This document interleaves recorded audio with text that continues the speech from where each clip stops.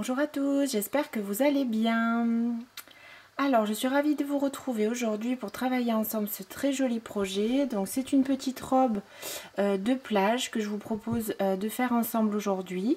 C'est un projet qui est assez simple à réaliser. Vous pouvez même l'adapter si vous souhaitez en gilet, pourquoi pas, en top ou comme je l'ai fait moi, en robe.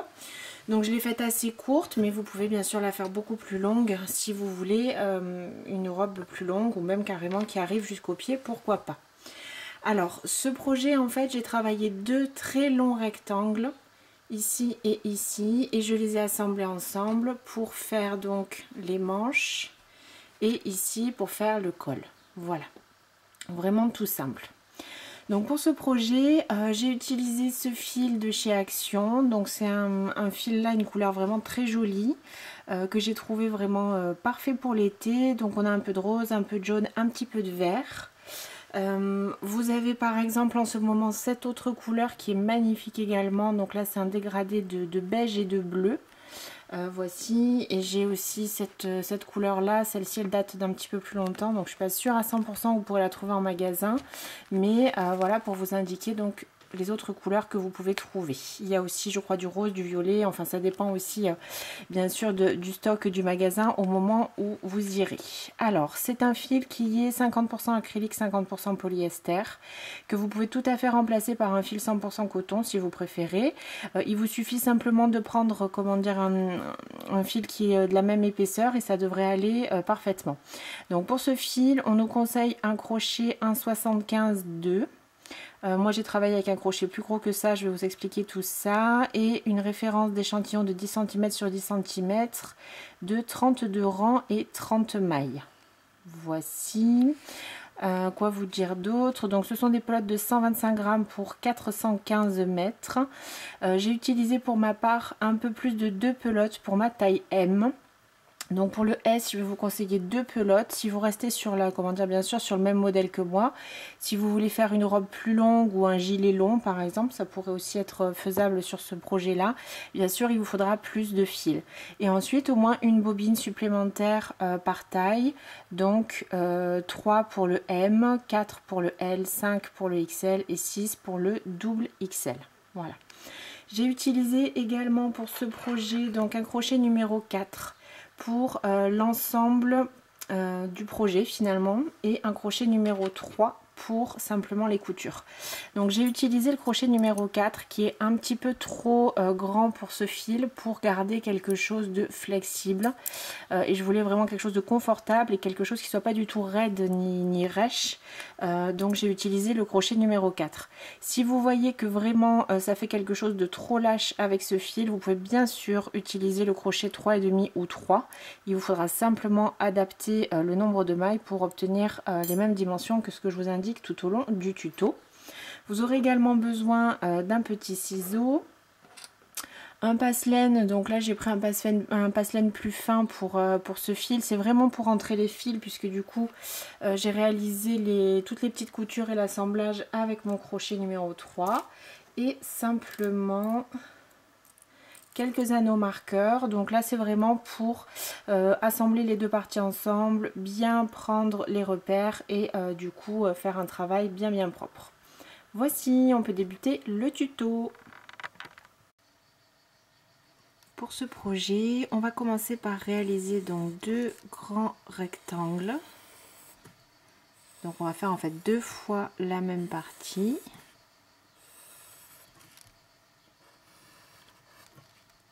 Voici. Et on va travailler du coup ces pièces comme ceci, dans ce sens, en aller-retour sur une répétition de rangs. Donc chaque rectangle, donc le second va être bien sûr le même. Chacun correspond à la moitié de la robe. Donc après on travaillera un petit peu différemment de d'habitude, c'est-à-dire que, alors là j'ai fait un rectangle de 164 cm de long. Donc ça pour moi c'est valable pour à peu près toutes les tailles. Si vous souhaitez quelque chose de plus long, une robe plus longue, vous allez simplement ajouter des centimètres. et rester, je vais vous expliquer ça, sur un nombre de mailles impair, ou au contraire si vous voulez le faire en gilet ou faire un top un petit peu plus court, vous allez forcément faire moins de mailles sur votre chaînette. Donc là, la moitié de ces rectangles, cette partie-ci va correspondre en fait au devant et ici le dos.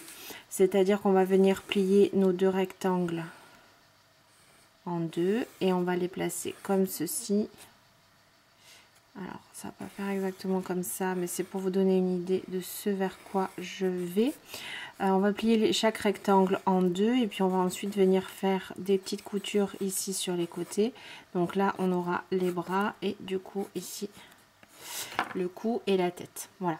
Donc simplement, si vous voulez faire plus court, vous allez retirer les mailles sur la chaînette de base et si vous voulez la faire plus longue, faire une robe mais plus longue, vous allez simplement ajouter des mailles. Voici. Alors pour travailler chacun donc des rectangles, j'ai monté pour ma part donc 337 mailles en l'air. Donc comme je vous disais, vous pouvez tout à fait adapter ce nombre ici. Je vous rappelle pour la longueur de l'ouvrage que vous allez vouloir.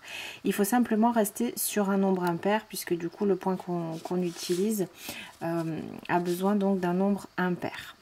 Ensuite, on va simplement répéter 3 rangs, un rang de bride, 2 rangs de points ajourés et donc notre séquence de 3 rangs. Et on va répéter cette séquence autant de fois que nécessaire pour arriver à la bonne taille. Donc, je vais essayer de vous refaire le petit schéma. Donc, moi, je vous donne toujours des indications standards. Si vous pouvez vous mesurer, c'est toujours mieux. Donc, on est d'accord, hop.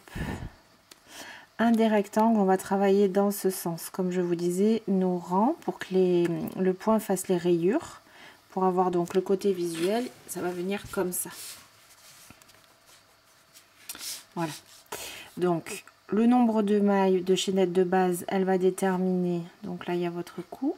Je suis vraiment désolée pour les dessins, je suis vraiment pas douée pour ça. Plus vous allez faire de mailles ou moins vous allez faire de mailles, la maille chaînette de base, elle correspond vraiment à la longueur de votre ouvrage. Et le nombre de rangs, ça va permettre d'avoir la largeur que vous souhaitez. Donc comme on va travailler deux rectangles et ensuite les coudre ensemble, il faudra voir ce que vous souhaitez pour votre demi-devant. Donc le nombre de rangs va bien vous permettre d'atteindre ici le côté. On est bien ici hein, sur ce côté-là. Donc moi, pour la taille que j'ai fait, la taille 38-40, j'ai répété 8 fois ma séquence de 3 rangs. 1, 2, 3, 4, 5, 6, 7 et 8 fois. Et j'ai terminé par un rang de bride. Je vais vous montrer la séquence, hein, bien sûr, on va la faire ensemble. Voilà. Et j'ai refait bien sûr exactement la même chose sur mon deuxième rectangle. Si vous faites la même taille mais que vous souhaitez la faire plus ample, être beaucoup plus large dans votre robe, vous allez juste faire une séquence de plus de 3 rangs. Vous allez faire 9 fois les 3 rangs que je vais vous montrer. Et je vous conseille au moins une séquence de 3 rangs de plus par taille. Donc par exemple pour la taille S, vous allez peut-être faire 7 fois la répétition des 3 rangs. Pour la taille M, comme je vous disais, 8 fois. Le L, 9 fois. Le XL, 10 fois. Et le double XL, 11 fois. Sauf si vous souhaitez quelque chose encore une fois de plus ample, rien n'empêche de faire vraiment quelque chose de très très large dans lequel vous vous sentirez à l'aise, il n'y a vraiment aucun souci avec ça. Donc maintenant qu'on a posé les bases de construction, je vais vous montrer donc comment réaliser vos 3 rangs. Alors donc pour réaliser ces 3 rangs, je commence donc simplement bien sûr par ma chaînette de base. Donc je vous rappelle que pour vraiment la vraie pièce, hein, j'ai monté moi 337 mailles en l'air. Là je vais en monter seulement un petit nombre pour vous montrer la répétition. 3, 4, 5, 6, 8, 9, 10, 11, 12, 13, 14, 15, 16, 17, 18, 19. Allez, je vais partir sur 19 mailles. Donc, je reste bien sur mon nombre impair. Et à ce nombre impair, on va ajouter 3 mailles en l'air qui vont compter comme la première bride. Donc 1, 2 et 3 mailles en l'air de plus. Je vais venir dans la 5e maille à partir du crochet, puisqu'on a les 1, 2, 3 premières mailles en l'air qui comptent comme la bride. La 4e compte comme la base de la bride, et du coup dans la 5e, je vais passer mon crochet et faire une bride. Donc le premier rang de répétition est toujours un rang de bride. Donc je vais simplement faire une bride sur chaque maille de ma chaînette de base, tout simplement. Donc vous verrez que le crochet 4, il est en tout cas pour ce fil un tout petit peu trop large. C'était selon moi ce qui était nécessaire pour que le projet garde de la souplesse. Donc si vous avez besoin de passer sur un crochet 3,5 ou 3, ou bien sûr en fonction du fil que vous avez, vous pouvez tout à fait le faire. Donc je vous laisse avancer et continuer en réalisant tout simplement sur votre premier rang une bride sur chaque maille. Voici donc le premier rang terminé et on va maintenant commencer. Donc là je vous ai fait le petit schéma. Donc là on vient de faire une bride sur chaque maille. On va maintenant faire le rang 2. Donc le rang 2 et le rang 3, ce sont des rangs, en fait, on va former des petits carrés et on va toujours avoir la séquence, une bride, une maille en l'air, je saute une bride dans la maille suivante.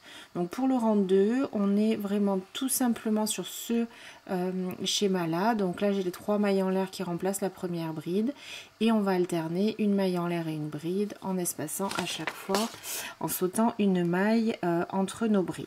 Donc je commence le rang 2, toujours de la même manière, 3 mailles en l'air qui comptent comme la première bride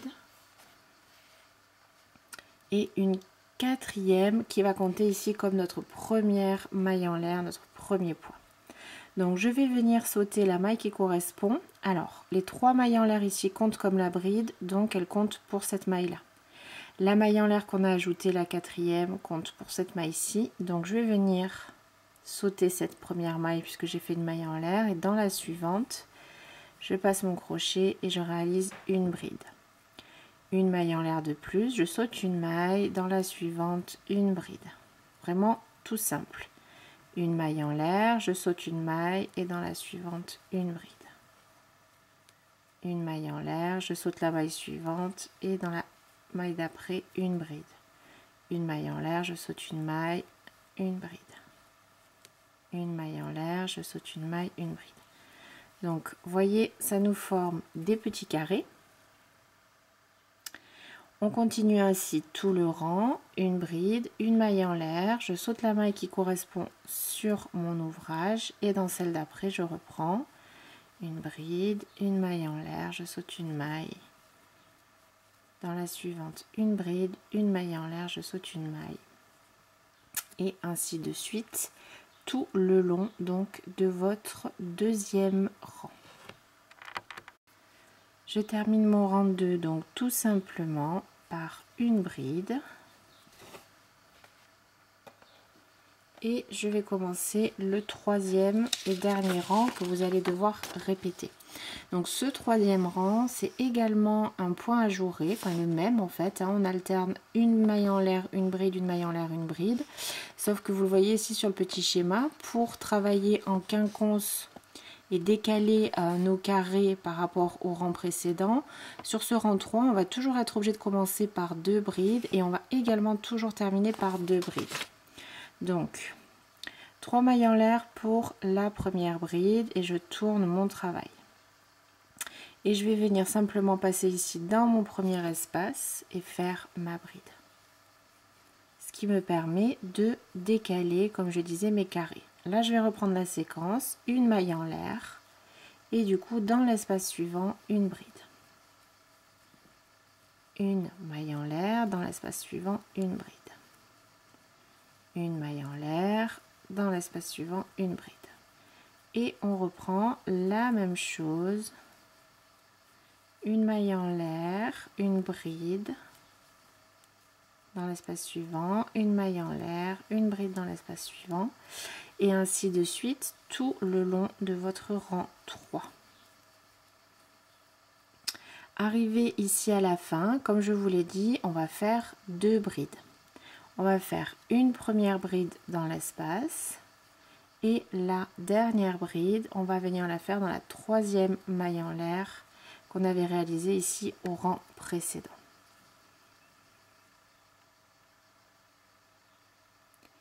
Et voici donc en fait les 3 rangs que vous allez devoir répéter, comme je vous l'ai dit, autant de fois que vous souhaitez pour atteindre les bonnes dimensions. Et du coup pour atteindre la largeur de votre demi-devant. Ou demi-dos, bien sûr, ça va être exactement la même chose puisqu'on travaille sur un rectangle. Voilà. Une fois que j'ai fini mes 3 premiers rangs, je recommence mon premier rang, donc 3 mailles en l'air qui comptent comme une première bride. Et je vais ensuite, tout simplement, donc c'était un rang de bride, je vais passer dans chaque maille que j'ai faite au rang précédent et je vais venir réaliser une bride. Donc quand j'ai un espace, je passe mon crochet à l'intérieur, une bride, ça compte pour la maille en l'air, et une bride ici au sommet de la bride du rang précédent. Une bride dans l'espace, une bride sur la bride, et ainsi de suite. Alors c'est vrai, là moi j'ai choisi de vous montrer sur un petit exemple, puisque du coup c'est beaucoup plus visible pour vous à la caméra. Vous aurez des rangs bien sûr bien plus longs, puisqu'on parle, en tout cas moi j'ai travaillé sur 337 mailles sur tous ces rangs là, mais c'est vraiment aussi pour vous indiquer que c'est très simple et qu'il vous suffit de répéter ces 3 rangs.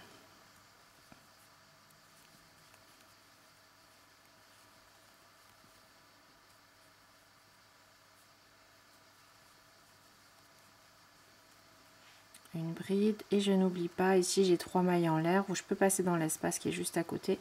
Le but c'est simplement de conserver le bon nombre de mailles. Voilà. Pour la suite, je répète le rang 2. Donc le rang 2 c'était 3 mailles en l'air pour la première bride, une supplémentaire, et je recommence à placer mes petits carrés. Je saute une maille et dans la suivante une bride, une maille en l'air, je saute une maille, une bride. Et ainsi de suite. Donc vraiment c'est tout simple. La seule chose qu'il vous faut bien vous rappeler, c'est que sur le rang 3, donc le deuxième rang où vous allez faire le point ajouré, c'est pour bien mettre vos petits carrés en quinconce, il faudra vraiment pas oublier de commencer par 2 brides et de terminer ici par 2 brides. Parce que sinon du coup ça vous pourrez pas faire le point comme ceci en quinconce et ça donnera pas exactement la même chose. Donc je vais vous remontrer sur un petit peu plus de distance ce que j'obtiens. Donc voilà en fait ce que j'obtiens.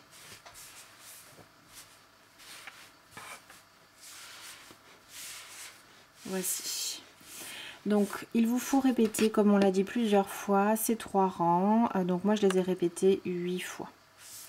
Une fois que j'ai terminé mes répétitions, je vais quand même ajouter de nouveau un dernier rang de brides. Ce dernier rang de brides, il va nous servir de bordure tout simplement.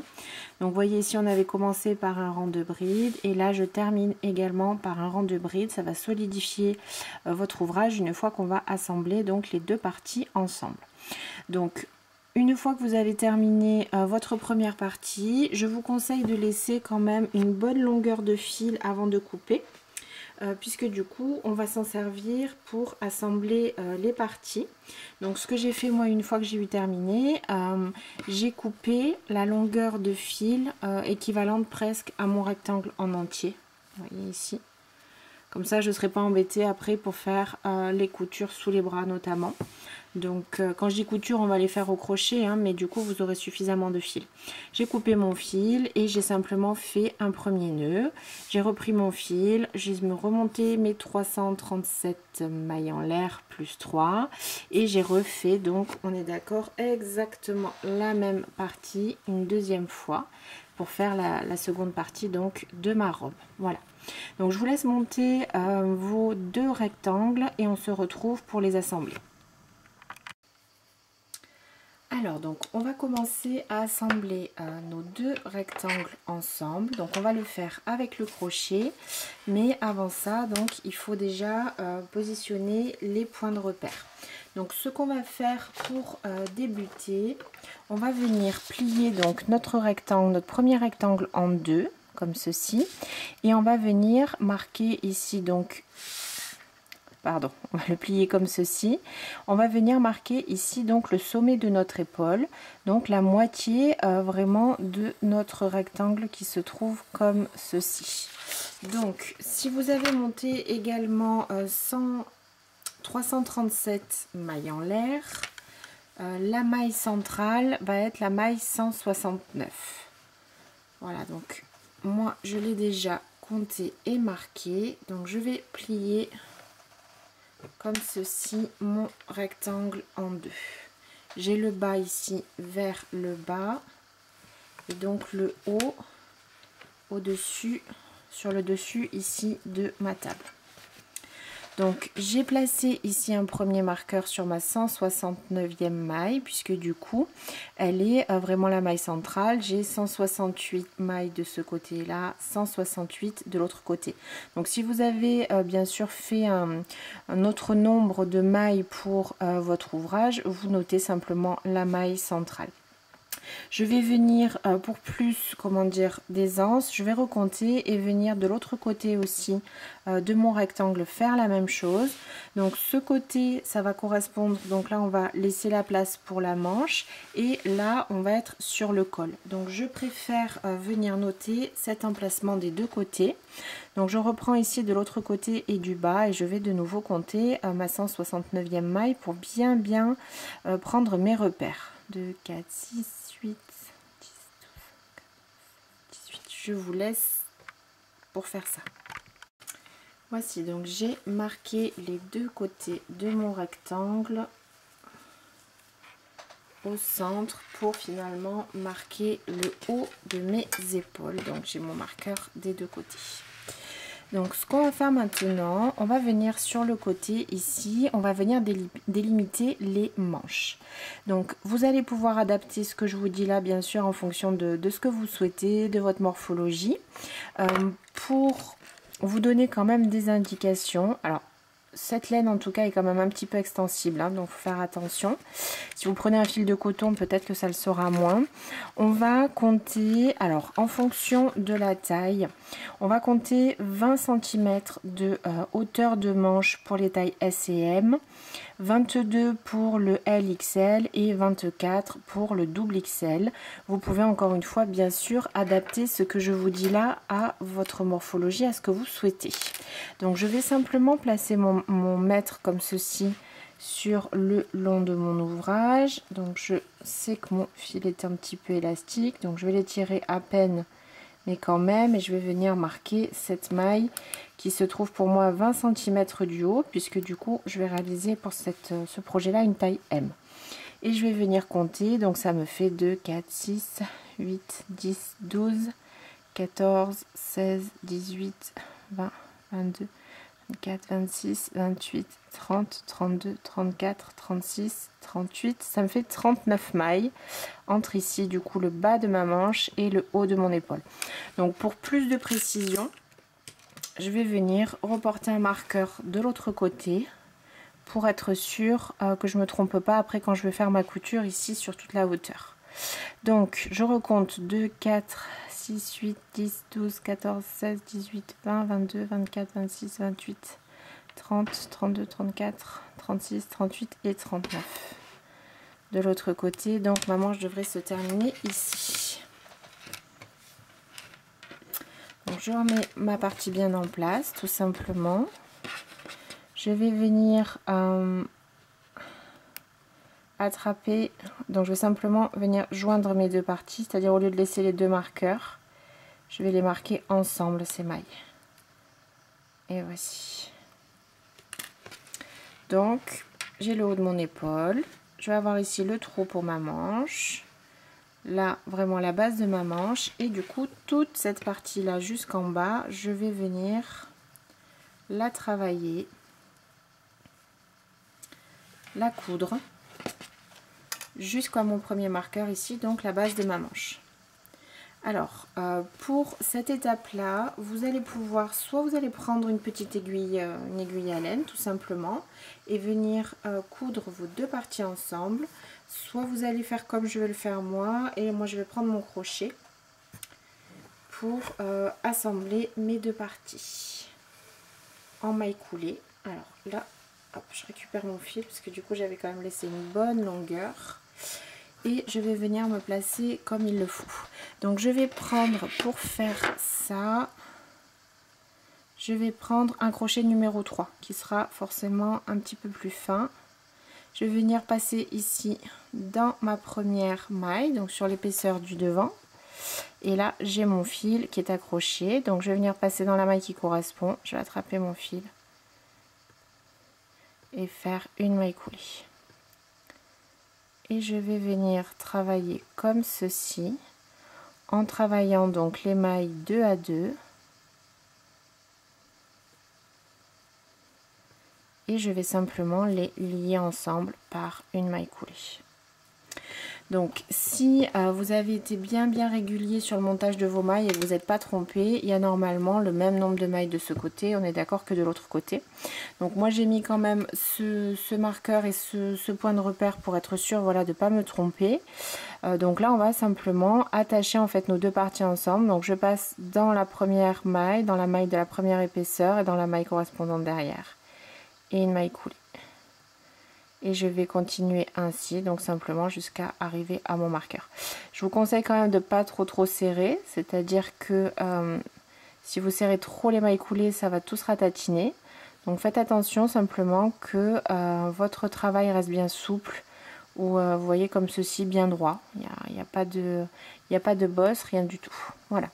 Donc je continue à assembler mon ouvrage en maille coulée jusqu'à atteindre le marqueur, donc sous notre manche. Je termine ici dans ma dernière maille, là où j'ai le marqueur. Je le retire. Je vais faire un premier nœud en passant mon fil comme ceci. Je repasse au même endroit et je vais faire un second nœud. Je serre bien et il va me rester simplement donc à cacher mon fil avec mon passe-laine.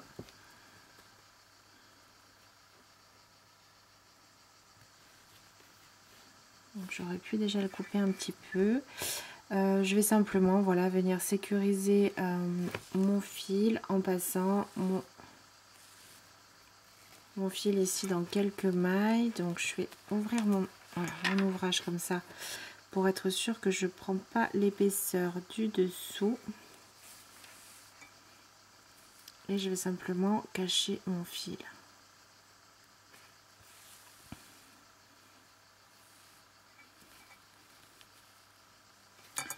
Là, je vois que j'ai la jonction d'une pelote que j'avais déjà cachée. Voilà, donc je vais cacher mon fil sur quelques mailles et la première couture sera terminée.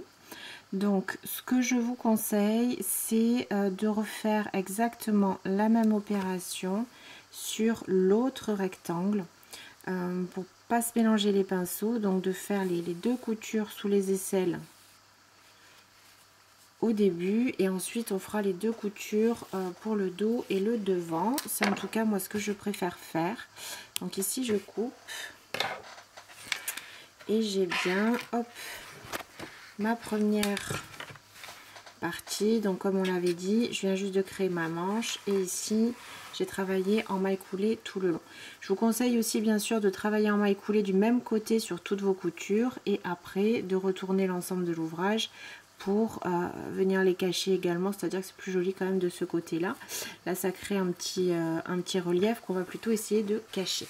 Donc, on peut retirer également ce marqueur de ce côté-ci, puisque la manche est formée. Là, on va plus venir toucher ce côté-là. Par contre, je vous conseille de laisser celui-ci, puisqu'on va ensuite travailler ici le col et la partie du décolleté, donc il vaut mieux le laisser. Donc ce que je vais faire maintenant, c'est exactement la même chose. Je vais prendre ma seconde partie, mon autre rectangle qui se trouve ici, Et je vais refaire donc ce qu'on était en train de dire. Donc je vais marquer de nouveau sur les deux côtés. Alors là j'avais pas fait le nœud, du coup j'ai quelques mailles qui se sont fichues le camp. Voilà. Je vais faire la même chose exactement que ce que je viens de faire. Je le mets bien à plat et je vais remettre mes marqueurs sur mes mailles des épaules, donc 169e des deux côtés.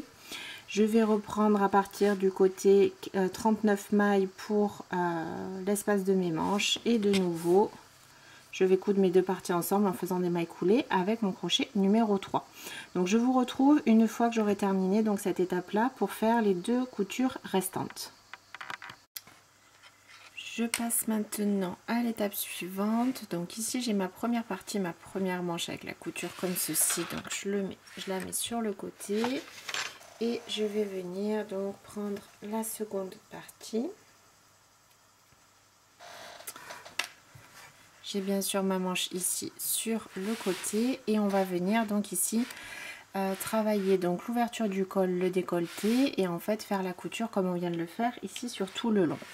Alors au niveau des centimètres, moi j'ai pris comme mesure 23 cm ici pour le décolleté, donc du coup vraiment jusqu'au décolleté, ce qui me donne 45 mailles. Donc là vraiment ça va être encore une fois à votre appréciation de voir combien vous souhaitez de centimètres, jusqu'à quel degré vous souhaitez que votre décolleté soit profond finalement, et du coup simplement de venir marquer de nouveau les mailles qui correspondent. Donc là à partir de mon marqueur, donc pour ces coutures là on va d'abord travailler le devant ou le dos, hein, puisqu'elle est réversible, enfin comment dire, le dos et le devant sont les mêmes.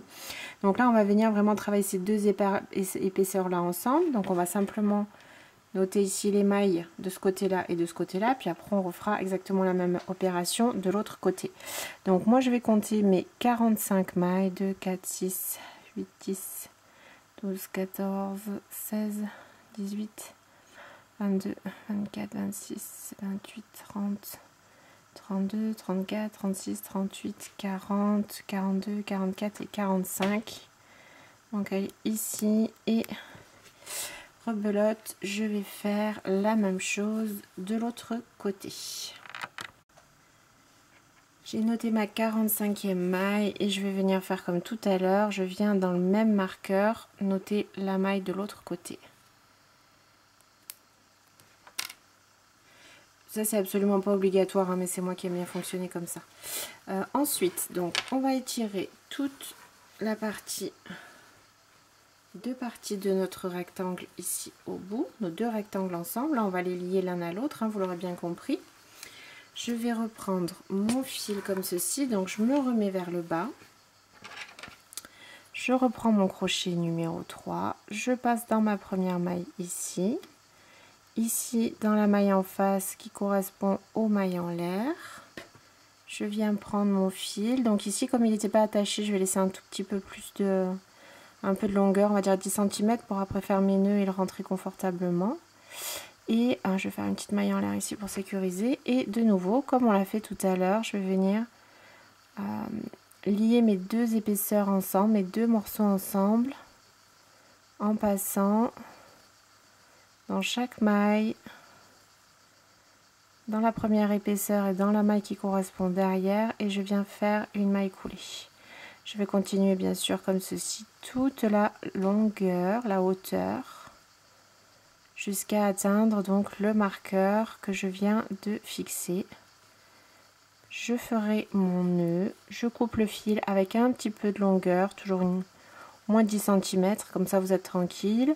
On fait deux nœuds comme on l'a fait tout à l'heure et on cache le fil. Une fois qu'on aura fait ça, vous aurez fini la première partie. Il faudra simplement retourner votre ouvrage et refaire la même chose de l'autre côté.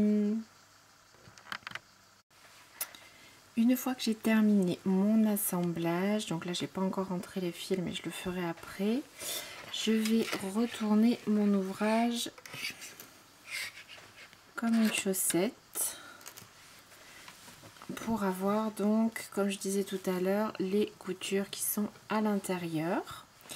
et je vais simplement venir finaliser sur le bas en faisant un rang de brides tout simple pour, alors attendez là je la remets bien en place, pour habiller un petit peu ici le bas. Donc je vais venir, pour ma part j'ai décidé de faire un rang de brides tout simple, simplement pour égaliser ici, voilà nos, comment dire, nos rangs. Vous pouvez bien sûr adapter cette bordure comme vous le préférez. J'ai longuement réfléchi pour y mettre des franges au bout.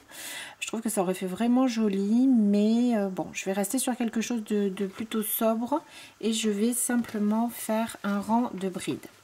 Alors, je vais me positionner, donc là on est du bon côté, hein, donc on a les coutures ici qui ne se voient pas.